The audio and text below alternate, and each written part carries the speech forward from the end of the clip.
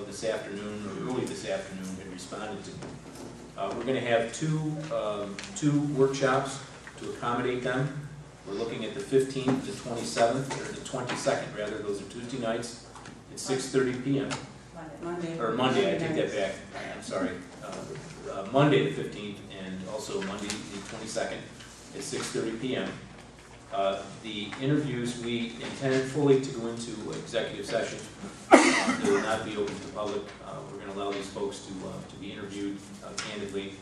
And I'm going to make a motion that I make a motion that we have a special town board meeting, or two special town board meetings, one on the 15th and one on the 22nd at 6:30 p.m. for the purpose of conducting interviews for our ethics panel, and it is our intent to go into executive session.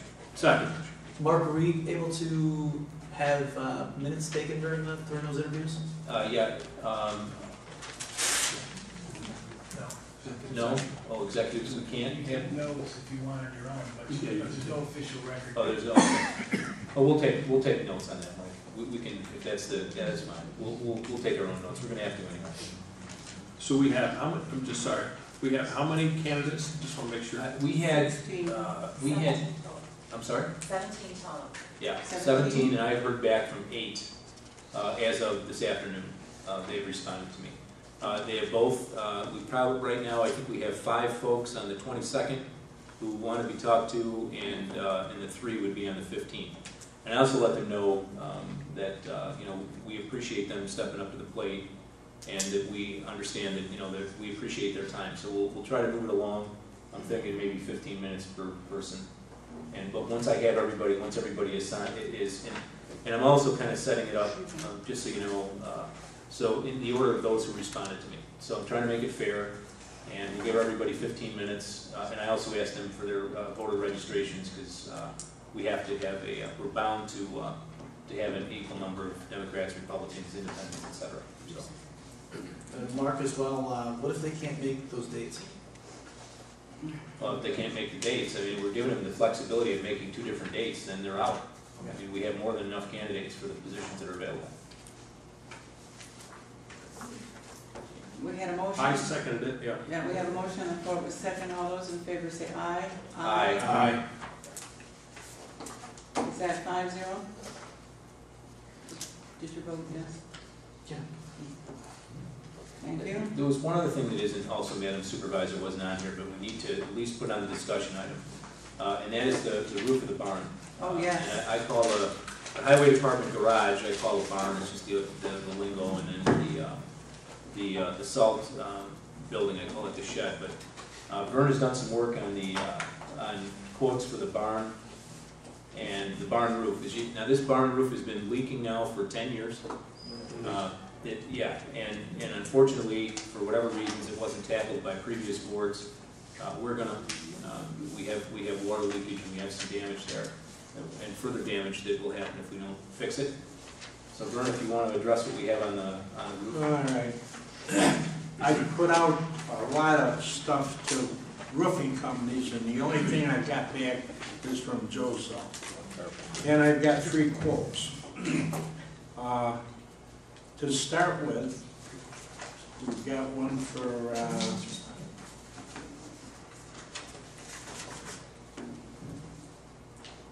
here's someplace.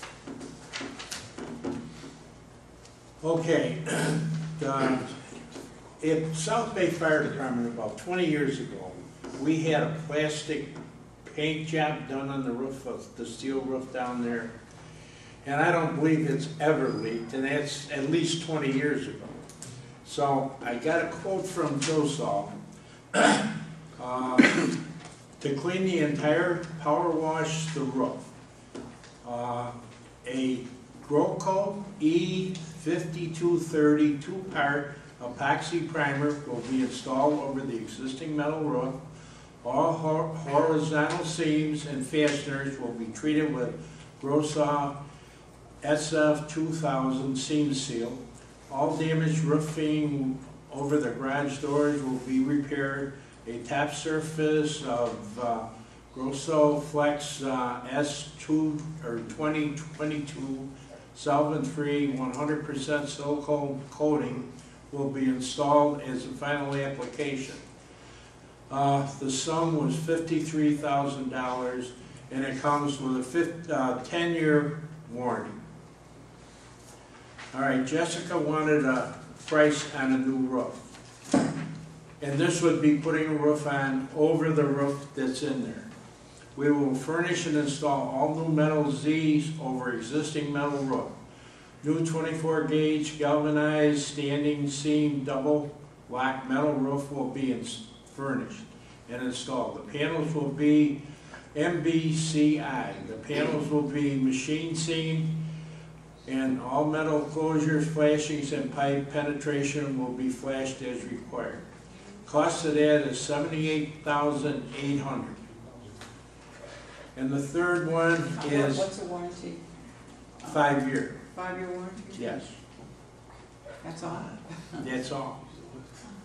So, and then the third one was first they'll infill all the low ribs of the metal roof with foam insulation. A 1.5-inch insulation will be mechanically fastened over the entire roof. Wood blocking will be installed at the premier edges. An old 60,000 TPO single ply roof system will be installed over the insulation. Metal flashings will be installed at the premier edges. A shop fabricated 16 gauge galvanized gutter will be installed on the south side of the building over the overhead doors. We will guarantee the above roofing system for 5 years. And this is $94,000. But seeing that my own personal, I think I would want to do the $54,000 or $53,000 job, and we got a 10-year warranty with it. So. But all of those are from Joe Cell, right? We don't have Yes, anything I've from- got nothing back from any of these from- other roofers because they're all so busy now. Okay. Well, will you give us copies of those and, I'd like to bring that to, we'll have the discussion amongst ourselves, maybe put it on the agenda if you would, Madam Supervisor, for next time. I've talked to Vern about this a lot. My heart is saying, you know, let's do the job properly and do it once. We have a problem with insulation on the inside of the building. What you have, if you've never been over there to see it, is you have a metal roof, and then on the inside of the building, we have fiberglass insulation. Because the roof has leaked in spots for a number of years, the fiberglass insulation has become wet. I haven't seen any mold, but there could be some mold up there. And then we have an ice problem in the wintertime because there is no insulation. We have an icicle problem that forms along the pedestrian, or over the pedestrian door, and also over the overhead doors, which has been brought to our attention more than once, especially with the winter we had last year as a safety hazard. So I think we need to talk about this. I like the idea of gutters being, you know, put in, and I like the idea of the insulation being replaced. However,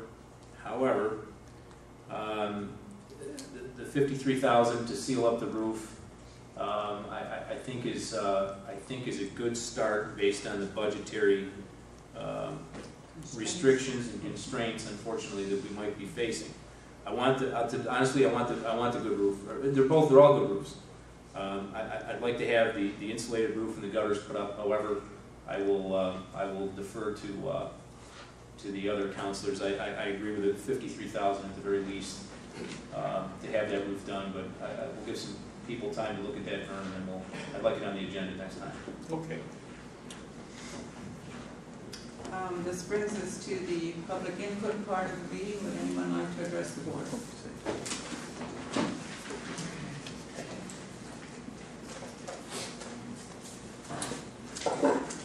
Madam Supervisor, thank you for the privilege of letting me speak.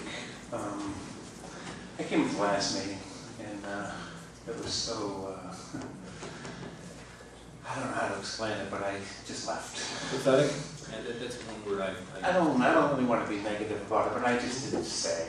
So I had a presentation that a dozen neighbors signed, and I'll give you some feedback. I sent it into your offices, but the reason I did this was I went to the planning board on August 11th, and Sun Auto, which is a mile down the street on the east side, was having a car lot put in. 600 cars with no lighting, no pavement, right next to a neighborhood, which bothered me with the dust. So I went in and sat through the meeting, and then I saw the plans today, and it's 1,200 cars. It just keeps growing. And it made me nervous because something's amok. You don't put 1,200 cars on a gravel parking lot with no lights right next to a neighborhood. Something's not right over there. So is this the newest submission, was 1,200 cars? Yeah, 1,200, 1,221 or something like that. That's a lot of cars right next to that neighborhood. So my point was just to bring it to your attention, maybe you could look into it a little bit, because it seems fishy to me. I have nothing against the car dealership making money, but be a good neighbor. Those people were there first, before that car dealership was there. They need to take some time and consideration and respect the people that live there. I mean, if you've got 600 cars, think of the dust blowing off over those people's homes. Try hanging laundry, or people on oxygen, or whatever you do. So, but my contention was with the interconnecting roads. And I had put this in your boxes, but for the benefit of people in the audience, I will read this in. And hopefully Tracy can put it into the meeting minutes for me. At the regular Cicero Planning Board meeting on August 11, 2014, the chairman of the town was working on easements for the inner circulation roads in the east side of Route 11 south from Crabtree Lane. The residents have a right to know where these inner circulation roads are going to be. As no one would like to living in fear of having busy roads in their backyard. Think of these folks having their whole quality of life changed with noise, dust, accessibility of strangers with roads and commercial development nearby. Even the value of their homes will be negatively affected. We've all heard how the commercial development keeps taxes down. Is that before tax breaks like Empire or 485B? We think of neighbors pushing children in strollers or walking the dog, and how their safety and security will be forever changed with these interconnecting roads to further commercial development that will put the traffic into geographically restrained, lane intersection and some intense behaving traffic. The long-term residents of this town have a right to know where these paper roads are planned. The residents should not be kept intentionally uninformed of the town's plans to alter their lives. This omission becomes a deceitful deception that breeds contempt for the residents who expect these officials to look out for their interests, which should not be too much to ask. We have a right to know where these roads are to be. Thank you. And I just wondered what your thoughts were on this. Tim, you got my letter? I haven't read the mail, and so I don't Nick. So. Okay. Well, I did respond to that letter, okay? And I don't have a copy of the letter. I have a copy right here. In front of me. So a couple things, and the other town board members can also comment. As you know, this application is before the planning board, which is independent of the town board, okay? So they're going to make the decision based on appropriate zoning, etc. And they're not going to come to the town board, you know, with these issues. You know, they're not going to ask the town board because, you know, they're independent of the town board. So that's one thing.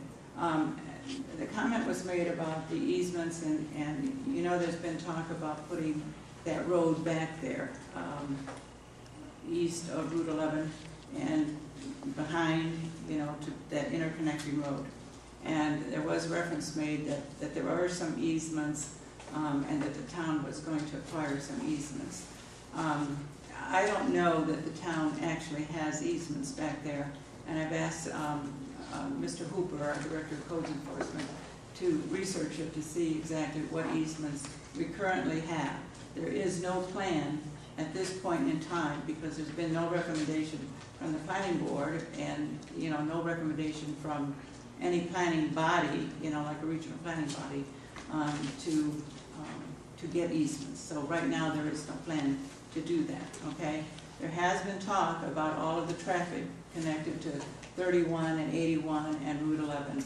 And we've had several meetings this year, and I think Mark was involved with one of those, talking about what do we do with traffic, you know, what do we do with that?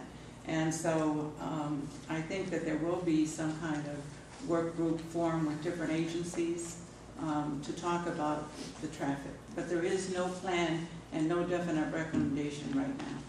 Well, one thing I want to say, that I'm opposed, because if you put that traffic into failing intersections, then you're not alleviating anything, you're Right. allowing more commercial development into an area where you're compounding the problem. Right.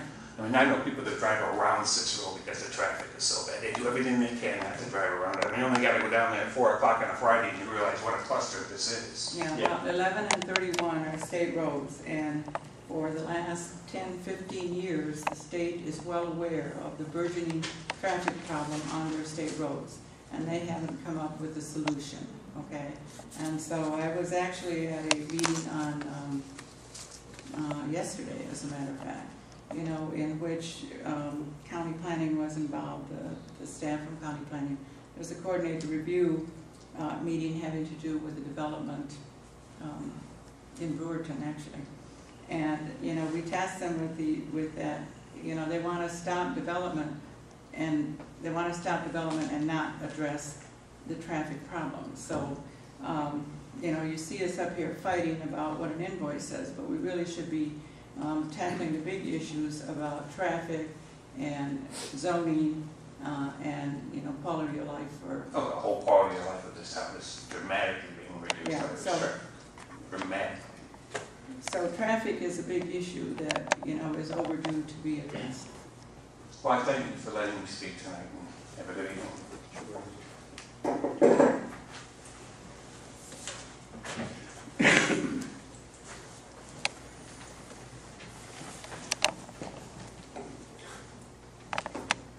Hello, Board. Don Snyder, Mud Mill. A few things. Mike, you know, you're right, but you need to make sure you are working for us, and we know the agenda's a problem. I think that's going to be worked on. Yes, the disbursement, I looked at that today, my printer was still printing it when I left to come to the meeting. It's 17 pages. I understand that too, but we still need to get things done. A couple things. One, I assume that all of you get this magazine because you're, as I am, an employee of the town. We also have a committee, I think, in open government. I let this go until today because this actually was in the issue November, December of 13. Minutes must include how each member voted. The Committee on Open Government noted that according to the Freedom of Information Law, Section 87, parentheses 3, the town board must maintain a record of the final vote of each member in every agency proceeding in which the member votes. Stated differently, when a final vote is taken by members of an agency, a record must be prepared that indicates the manner in which each member cast his or her vote. In addition, the Committee on Open Government explained that the Freedom of Information Law requires open voting and a record of the manner in which each member voted, even when a vote is taken during an executive session. This is the way it was done about 4 years ago. It's the way the ZBA runs their meeting. I believe it's the way the planning board runs their meeting. Today we would see a number of indications where we had one member that voted no and the other members voted yes, but that would be something we could see. I don't know why we don't do that if the law says we should do it or they strongly recommend that we should do it. So I think we need to take advantage of this document that we get every month or every quarter because I think it's very valuable to us in running a decent government. Just a minute, I want to ask Mr. Germain for a comment on that. I believe that our minutes do indicate how people vote, not specifically by a roll call, but everyone knows who is present, and we do know who abstained and who said no. I believe that's true. It does not say who voted no. It does. Yes, it does. It does. It does. It consistently says who voted no. It consistently states who abstained. Okay, That I is in stand every, corrected. that is in every meeting. Let's switch to signs for a second. I know there's a group that's working on signs. I want to tell you as a ZBA board member, the one thing that we've got to seriously think about as signs is digital signs must be banned. And the reason for that is because They promise you the world when they stand up and ask us to give them permission. We say, will you not change the sign, but at least leave it stay the same, at least 15 seconds. Oh, yeah, no problem. Well, I hate to tell you, gang, but there are at least 4 digital signs that I know of, 3 of which I have been a part of approving, that in fact, they don't last 15 seconds, and it becomes a driving issue, becomes a situation with traffic. One of the sign owners, I went personally to him and said, do you realize when the board approved it? Because another relative stood up for it. I said he agreed that that sign would only change no more often than every 15 seconds. That's not what's happening. So I'm just saying to the people working on the signs, and the town of Clay is very clear with that. And the reason I know this is because our church asked for one. Town of Clay ain't going to happen. Could you please let I our wrote the codes, ordinance. could you please let our codes office know about those signs? There have been other complaints that they are approved, the digital signs are approved to change no frequently than every 15 Right. seconds. So if there are violations of that, we need to address it to our codes office. Yeah, and of course, one of the biggest ones is one that we, as a public, had no control over. That's the one in front of the school. Oh, yeah. Because the school board don't have to pay into our codes. So where you are told to drive safely in front of the school, you were also asked to look at the sign that is rolling with, oh, there's my kid or there's my grandkid, and it's only a matter of time before someone gets hurt. So that's another one that poor Mr. Hooper can't even do anything about that sign. That's right. You The can't. inventory of the computers. Is it less than a day's worth of work? Is it under $1,000? It sure sounds to me like it is. So I'm saying, why can't we, and if the computer outlet are good people, we trust them, we like what they do, why don't we tonight agree to do the inventory? They'll be in here tomorrow or the next day. Do the inventory, and we've got it. And we have, whatever Jody has as a backup of what was done before. I don't understand why we're waiting for something that's as important as Mark says, running this government. Well, the figure that we talked about was not to exceed $1,500. And we did talk about Computer Outlet doing it. Computer Outlet did do one, and my understanding is that there is possibly some updates, to that, because they know, what has gone on, because they're here all the time with our computers. So, I'm all for the inventory. We do need to do that. I do agree with Mike about that, but let's see what we've got, and let's see what else we can do. So I would say you ought to take a vote on tonight, you ought to prove that. I mean, if we pay a guy, we give a $900 check to a guy whose mailbox got knocked over when he shouldn't have built it in the first place, we ought to spend up to $1,500 to get an inventory of our computers so the business of this government can continue. We just got to do that. And be careful with past practices. I think what you guys are asking for with the consultants is fine. I was a consultant for 3 years. The detail I had to give my boss was exactly what you're asking for. The current consultants weren't asked to do that, therefore now you're asking to do that. I think that's fine. But also, past practice, I don't know if most of you know that we pay our trash contractor ahead of time. He starts a contract January 1. About the 15th or so of the month, we pay him a check. Now, in my business, nobody got paid until they did their job. And if they're working on a month-to-month basis, then we should be, and it's, let's not look at the back. Let's look forward now. That's something we ought to look at, and we ought not to be paying anybody for work that they haven't yet completed. Our trash contracts, it really is said that we're allowing our trash contractor to work with our money, not with his money. That's not the way it was set up.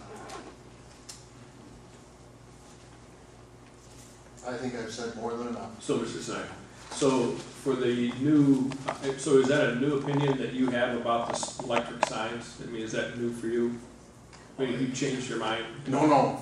So you were against me, just? No, I was for all the signs that were put up because the people come to you. Right, they said. And they say, and then after this last one that we approved, I started to look at and as we're driving around, I'm saying, wait a minute, They didn't do that. So that's why I went into this one vendor and specifically said, do you realize that? And he said, oh, I'll get that changed. Well, I hate to tell you, you drive by his establishment today, and it's like 5 seconds between shots. So that's why I'm saying now, if I sat on the board, if someone came to me now as a ZBA member and asked for a digital sign, and again, the only reason we're asked for them is because they put them in a place that codes won't allow.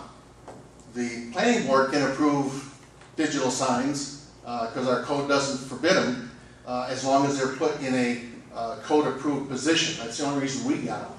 So you think going forward, that should be our... Going forward, we ought not to have them. And grandfather doesn't exist, but we know that those that have them are not compliant. they're not going to be able to, you can't take them down, but you can certainly go back to the minutes, and Mr. Hoop would love to do that part, and say, it says here that you said 15 seconds. So you want to identify this one vendor that is not compliant, that you went to talk to? It's a car dealer on Route 31. Okay. Let me just add something, if I may, to Don's. Jessica? Yes. Let me just add something to Don's statement. There is no code, I think you're aware of that, the 15-second rule. The 15-second rule was put in by the planning board as a suggestion to people, so there is no written code. And I fully agree with you that it's a game with these people. We've been to see them. I could probably name the 4 that you named without looking at your list. We go in and talk to them. They change the computer for a day. The next day, the computer's back flashing every 5 seconds. I fully agree. I agree with you also that I do not want programmable sites. And I've gone on record before saying that. Richard, we can, I can't see you right now, but we can enforce that the planning board, As a site, if it was approved site plan with that requirement, we can enforce that. Even though the code is silent on it, we can enforce it. So we just need to find out, you know, what was actually approved and who the violators are. My name is Robert George. I have a question regarding code enforcement. I want to know why Robert Smith, the chairman of the planning board, and Mr. Hooper made an uninvited, unexpected visit to JD Automotors on Taft Road last week. Can somebody from the town board answer that question? It was not an uninvited visit.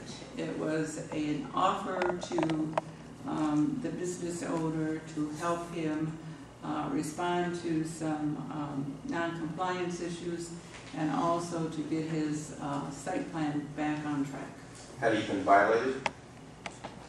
I really don't want to. Well, Mr. Hooper's here, he can answer that, I'm sure. I really don't want to talk about that right now. Does the chairman of the planning board have the authority to go out to a business uninvited and unexpected and just look around? He was not uninvited. The owner was on the way here to meet with Mr. Hooper when he received a phone call from his employee that they were there unexpectedly walking around. My question is, does the chairman of the planning board have the authority on his own to go to a business and investigate whatever he wants to do? Well, you are mischaracterizing that visit. It's yes or no answer. You're mischaracterizing that Well, visit. then explain it to me then. Well, the planning board chair is independent of the town board, so he makes a number of visits. And the town board permits that. The town board has nothing to do with what Mr. Smith The does. chairman is his role not limited to being what his title is, chairman of the planning board, i.e. to oversee the actual meeting of the planning board? Can somebody explain to me? Mr. Smith was invited. That meeting was set up with the full cooperation of the owner. Can Mr. Hooper concur with that? Yes. The meeting was scheduled with Mr. DiMaggio. It was a mistake on where we thought it was going to be held. I thought it was going to be held here in the lunchroom. You were correct, actually. It was supposed to be held here. Well, others thought it was at the site because Mr. Smith and Mr. DiMaggio were at the site. They called me and I said, I'll be right there. I was there within 5 minutes and we all met. Mr. DiMaggio was on his way here to meet with you, as he just stated, when he was called and told Bob Smith was poking around his premises. My All right, question is, it the was town a board mis- allow it that? was, I think we can say that it was a miscommunication. I was involved in speaking to Mr. DiMaggio when that plan was set up. Well, my question is general. Can the chairman of the planning board go to any business he chooses to at any time for any purpose? Or is he The limited in chairman some of the form? planning board is not accountable to the town board. So maybe you should ask the question of Mr. Smith, who is the chairman of the planning board. So he's a rogue employee. No, he's not a role. You say he's on the authority of the town board. The town, all right, let's move on, Mr. George. I've been trying to foil how much the town has spent on code enforcement for the town attorney, and have been unable to do so. Been denied. Does any town board member have any idea how much the town has spent the town attorney for code enforcement violations? Anybody in the town board know?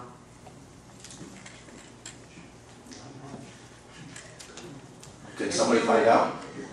Why don't you submit your question to my office and we'll try to get an answer. The one that was already rejected? You want me to resubmit it? I will do so if that's what you say. All right, yes, do so. I've also heard several phrases from a number of people that Mr. Hooper and Mr. Smith are referring to code enforcement like a police agency. Those are the exact words, like a police agency. Is that what the town board is now doing? Turning the code enforcement to a police agency? Mr. Ricaldo, can you answer please? Say that again? I have heard several people tell me that they've been told by Mr. Hooper and or Mr. Smith that code enforcement is being operated like a police agency. Were you aware of that? I've not heard that, but at our IT committee meeting, I made it pretty clear that I view the codes enforcement office completely separate from the police department. Should they act like a police agency? No. No question. I think you should check into what's going on in code enforcement. My last question is for Mr. Burtis. I actually foiled CNS invoices for 2014 regarding Ms. Zambrano and Doug Wickman that were signed by either Ms. Zambrano or Mr. Wickman. And your signature appears on them dated April 30th. Every single one of them up until April 10th. I couldn't understand why. Do you have an answer for that? Could you restate that? So go ahead. Every single CNS invoice that is signed by Ms. Zambrano and Mr. Wickman, and we know the relationship of the two, on April 30th, you went and signed every single one of them. And my question is, why? Well, at the time, I believe that's when this all started. It's my recollection. All that was started, and so that's when everybody said, well, Tim's going to now sign the CNS engineer invoices instead of Jessica. And so they're probably all dated the same because on whatever date that was, I sat in the office and went through a large stack of CNS invoices and was told you should sign them. Who told you that? Well, let me add a little bit of clarification there. I specifically asked the comptroller to pull all of the invoices that I had signed for CNS and to give them to Mr. Burtis, who is the deputy supervisor and can authorize invoices and sign the checks, to review them and see if they were appropriate. And if he felt that they were not appropriate and he wanted additional information, he was free to do so. But I asked him to do that to see if he thought they were appropriate. So they were gathered and he was given to them, and I don't know the date, but that's why that was done. One final question. I happen to be in here often to see the town clerk with my foils. And I've had to file a number of FOIL appeals because departments have refused to give me information. A number of times, the Parks and Rec department has been closed for lunch with a sign saying, closed for lunch, see the town clerk. As far as I could tell, that's the only department open to the public that closes for lunch. I was curious as to why. They seem to have many employees there, and maybe I'm incorrect in other departments that are open to the public also close for lunch. Could someone explain to me that? Jody, do you want to talk about the fact that you're closed for lunch? I'm following the employee handbook, and my office is closed, but if anyone comes, we immediately come from the lunchroom over to our office. We have an agreement with the town clerk. It has not been a problem, and we have not not offered services to anyone in the town. Is there any other department open to the public with that same policy? The entire town is. No, they actually do it. Does town clerk close for lunch? She's eligible too. That's not my question. My question is, does she? Well, ask the town clerk. Will the town receive her taxes? I mean, you know the answer, just say the answer. Just be honest. And just no. Well, the tax receiver office is closed from time to time. They leave early, they come in late. Well, I often stop in and say hello to Sharon, and I've never seen their office closed. I have, Oh, yeah. and I'm here every day. I think there's favoritism being shown to certain employees of the town. And Ms. Phelps is one of the people enjoying the favoritism. Rogers is the last name. Jody Rogers. Thank you. And I think that the town board needs to really look at the favoritism being shown towards certain employees and the animosity and retribution being shown towards others. I personally think that Ms. Rogers has been here too long. She's been here for over 30 years. She acts with an arrogance that's shocking to me. She refers to town trucks as her trucks, town parks as her parks, town employees as her employees. I think the town board should consider thanking her for her service and just saying it's time for you to leave. And there's other employees in the town who've been here for a long time, thanking them for their service, telling me new people.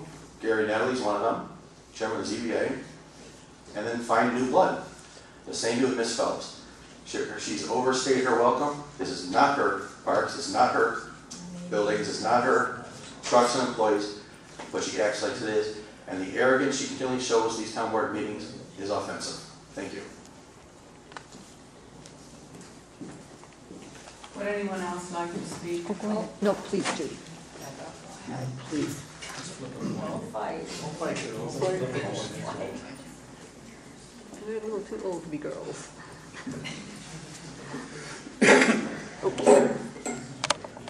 Sorry, I'm a little short. First of all, I'd like to clarify something. A statement was made not to understand why the barn for the highway has not been addressed.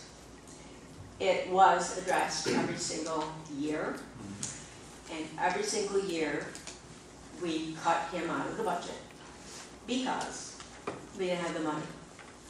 This goes way back, way back. So it's not that it has been ignored, it's just that he was the unfortunate one and a priority.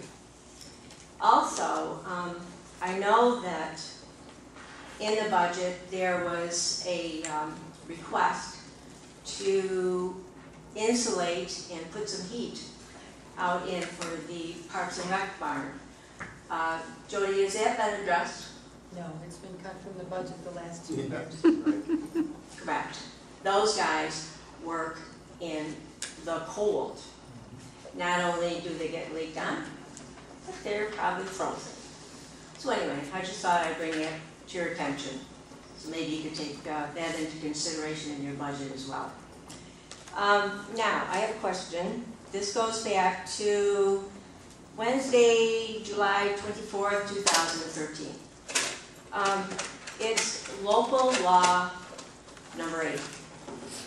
I believe that Vern and you, 3 of you were on the board at that time. You seconded the motion to pass it, Tim. Okay. Do you remember what local law number 8 was? No. Okay. It's about cut and fill. Oh, I remember that. Cut and fill permits. I'd like to know how many cut and fill permits have been authorized in the last year. Well, we just don't have that answer right off the top of our head, so. Is there any? You must have an idea. Yes, yes, there have been, but there is no charge for that. I understand there's no charge.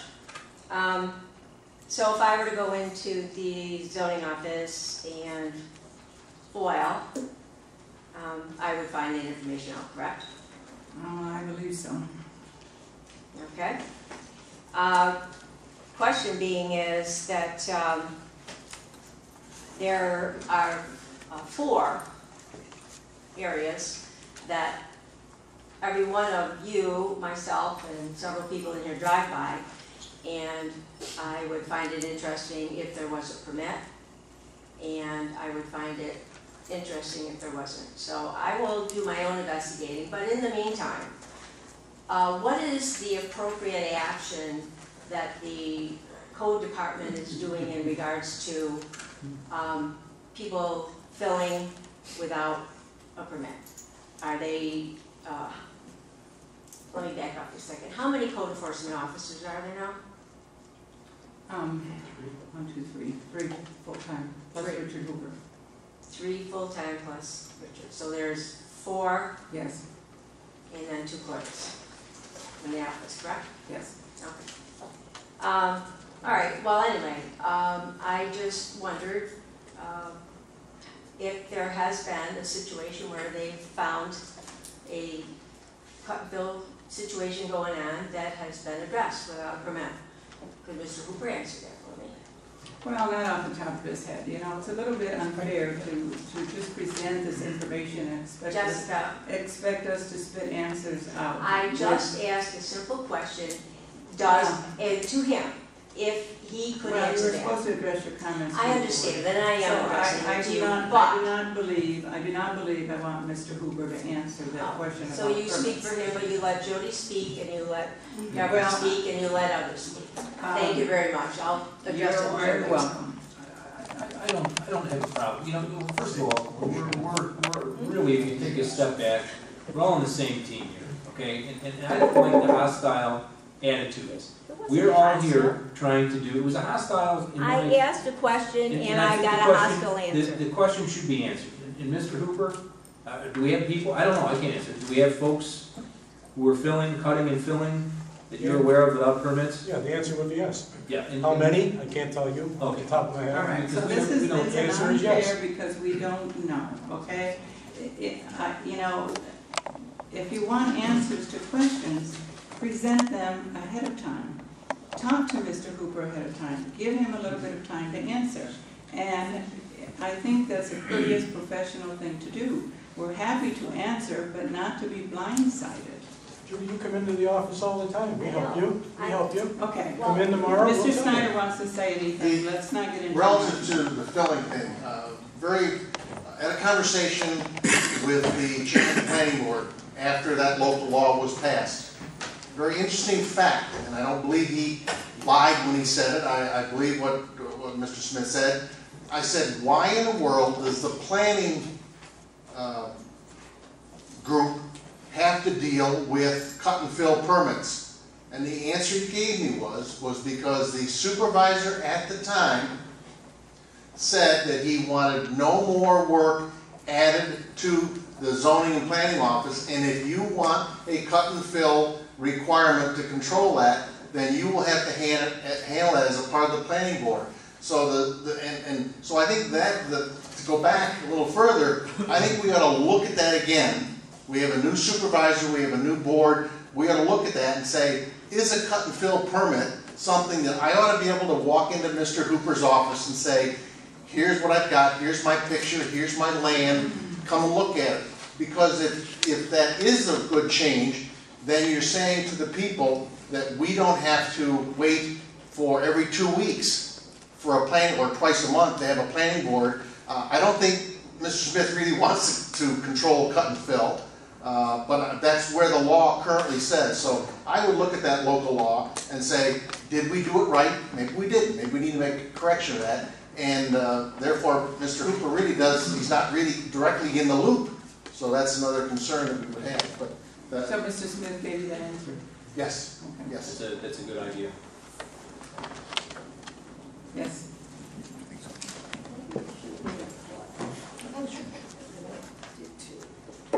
First, I do not expect any answers to my questions this evening. Thank you. At the April 23rd Town Board meeting, there was quite a discussion about signs. 4 of the councils voted for a complete moratorium on enforcing the sign laws, which was to end on June 25. The moratorium was amended to a stay at the May 14 meeting, and this stay was amended to allow enforcement in the interest of public safety. At the June 11 meeting, Council Vineski moved to form a committee/work group to address signs. The resolution passed unanimously. Who was on this committee? At that same meeting, Council Bacallo offered a list of ideas and suggestions. Has any action been taken on that list? It is now September 10, and it appears to me that nothing has been done. There have been only 2 meetings about signs of which I am aware. The first one I did not attend, and the second one was not open to the public. A workshop and a meeting open to the public were both canceled. Now, I believe that most of the businesses along Route 11 do have a problem getting people inside their stores. Remember, Walmart is on Route 11, and these small businesses are competing with Walmart in many cases. There should be signs allowed. Standard-sized sandwich board signs help bring in business, and when placed in areas that do not prohibit the flow of both vehicular and foot traffic, are not a public safety hazard. The signs should look professional and be in good repair. Such signs led me to 3 businesses that I have been patronizing for several years. Some sandwich board signs restrict the view of motorists and should not be allowed. As an example, Aspen has a sign that is larger than the average sandwich board signs I see. It does restrict the view of Hogan Drive. Now that the moratorium/stay is over, and it has been 2.5 months, please ask code enforcement to start enforcing these laws once again. And if any business thinks that any code enforcement officer is stealing its signs, the theft should be reported to law enforcement.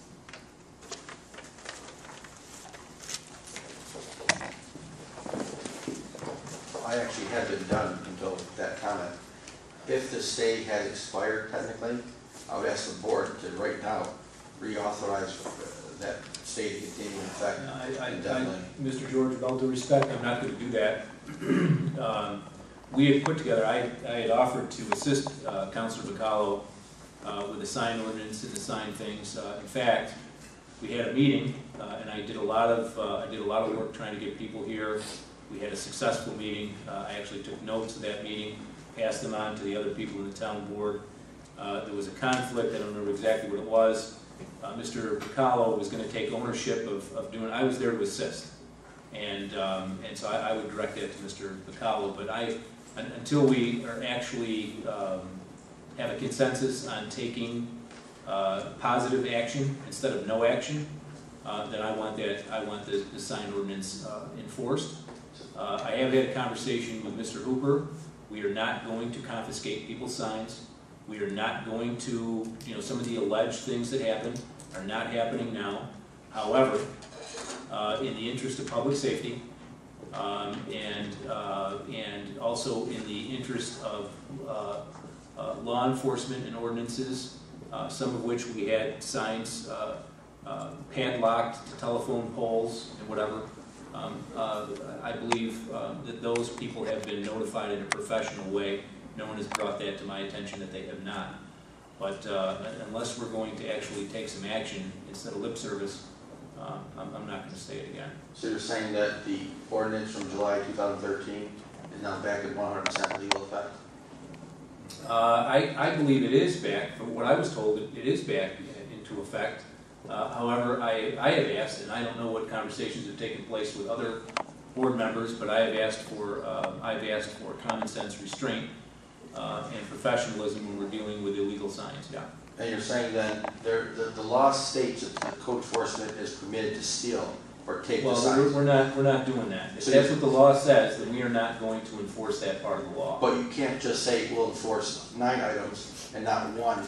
That's also a violation of the law. You're not going to enforce all of it. Well, then I would ask the other board members just how serious they are in changing the law. So if we actually want to accomplish something, then I would suggest people stop talking about it and actually do something about it. And I'm willing to do that. But in the interim, I'm going on the side of public safety, and also there's a legitimate concern with people and business owners and citizens of this town that we don't end up looking like a trash heap. And so I have asked the code enforcement to use some discretion and professionalism and I have not received any complaints. During the stay, did the town deliver the trash heap to you?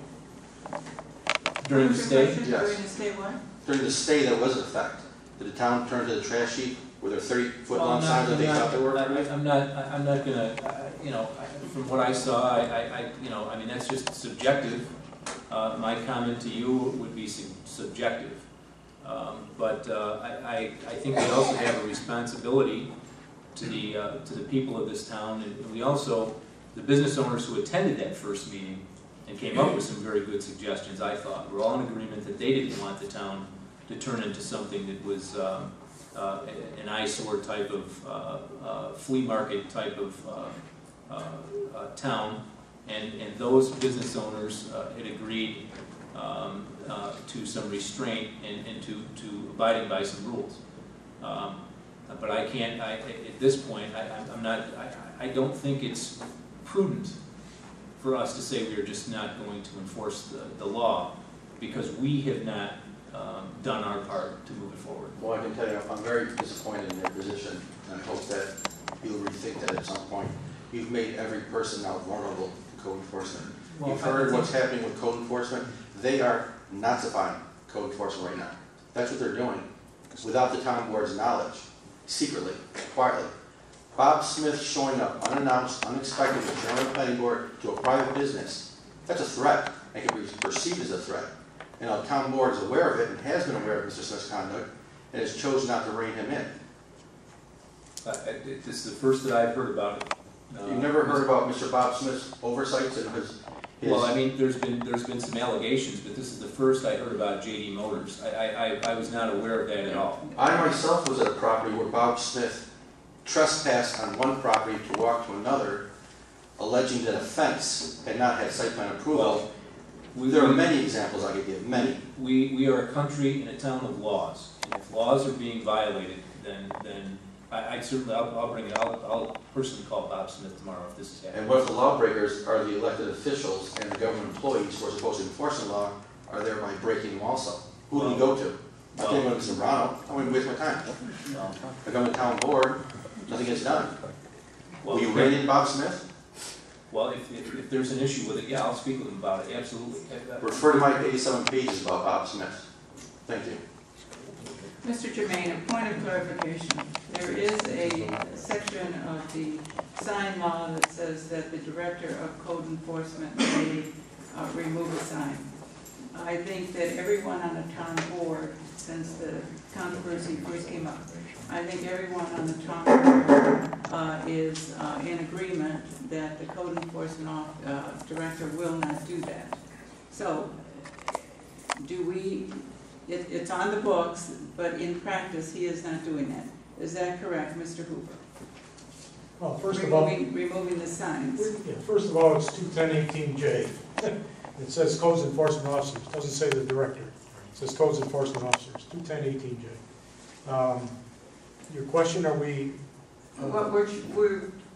I think we've indicated to you not to remove signs because of the issue. We have not removed any signs since the, quote, moratorium went into effect. Right. None, so zero. If by practice, the codes office is not removing signs, Mr. George says, well, then the whole law is not. The board has the right to put a stay on enforcement, and I think that's what you did, a temporary stay on enforcement of those rules. Okay, but I think that the stay is lifted except for that one section. Unless things are happening that I am not aware of. We're not taking removing people's signs. We are notifying them that there's a violation. We're speaking to them professionally. We're documenting it, correct? That's correct. And you have not had anyone tell you that they would not remove a sign, correct? Yeah, we've removed no signs. We've addressed some issues. Aspen Dental, or Aspen Fitness, whatever you want to call it. We had a complaint on that it was too close to the highway. I went and spoke to the gentleman. He immediately sent a guy out and moved it over. Right. Would you please go back? Pardon? Would you go back? It's real close to the side. I saw it back again. It's like the game with electronic lights. I think it's fairly easy. If you say you're not doing that, and everyone on the board's in agreement that we don't want signs removed, Can't we just easily rewrite that law to take that out? You can't just, you have to do a regular local law amendment, like, so you have to do the whole process where you have a public hearing and so on to amend the law. But in the meantime, you can enact a policy, you can direct the planning office to follow a certain policy, and I think you've done that. It's not formally documented. Can you just put a stay on sign removal? I think that's what you did. Well, that has been the practice, and But I will say this, I'm not gonna, I mean, we have to be reasonable people, right? I mean, we try to be, I try to be. If someone puts up an 8x10 sign and it's blocking the line of sight, and our code enforcement officer, working on behalf of the people of the town of Cicero, approaches that business owner, and I don't care, it could be for anything, it could be a Cub Scout troop, and asks them, notifies them of violation, asks them to remove the sign or to move it back, or whatever the case may be, in a professional way, and they refuse to do it. I mean, you know where I'm going with this. Yeah, we're going to take that sign if it's going to cause a public safety issue. People are reasonable, and most people in my experience in life is that most people are reasonable. And if you explain to them what the law is, what they're doing, and why it is, and you do it in a professional manner, people generally are pretty good people, and they move it. But if we get somebody who says, I'm not going to move it, and you can't, or a person can't pull out of the Walmart and see the traffic coming, I would say Walmart, could be any business, and not see the traffic coming, I would expect Mr. Hoover to pull that sign. I want to know about it, but I would expect him to pull it. well, if it's a public safety issue, Right. I think we would be within our rights also to call the police. Right.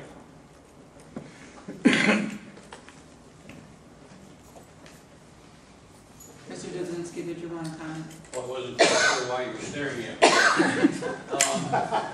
That was the reason. You know, this is probably one of the most difficult things I've ever had to say at a town board meeting, but I actually have to commend you on a statement that you made maybe 5 or 10 minutes ago. That when someone comes in here with a specific question, it's Mr. George, or whoever else in this audience came up, I don't know who, Tim, that if they had had prior notice of that question, that somebody could adequately come up with the answer. But I'd like to know why anybody on the town board can vote on an agenda that I believe Mr. Picallo, correct me if I'm right or wrong, he said it came out at 4:07. Is that true? Parts of the agenda did. We, as a board, it was 4-1 on March 14th, 2014. We all agreed to, this board elected to have the finalized agenda completed and posted on the website Monday at 4 p.m. Also, a preliminary agenda be posted on Friday. That has not been, it was followed for 2 meetings, has not been followed since. I do not understand, I won't waste the time. I made my statement pretty clear in the beginning of the meeting. Well, I don't quite understand how any of you could have voted on anything if there were things that were missing and you didn't have adequate time to investigate it. I don't understand that. I'm sitting in the back of the room shaking my head going, how can any of them make a decision? I have a slight advantage, Mr. Supervisor. I'm retired. Well, so am when I get but that's the besides the point. agenda on Monday, my wife, she's not around, but she'll tell you, there's a lot of phone calls are made and a lot of research is done. But I agree wholeheartedly. It puts us in, well, for example, tonight, not having time to read the minutes because I didn't have it, so I didn't want to vote on them. But, and I won't vote on anything, and I won't speak for anybody else, but if I'm not comfortable with it, I won't. And I was here with Shirley today, going over those abstracts. But I have an advantage sometimes that other people don't have. But yes, I agree that Mr. Picallo's statement speaks for itself. No one should have an advantage over anyone else on the board. Not to say that I was perfect when we were under my administration, but my agenda was supposed to be in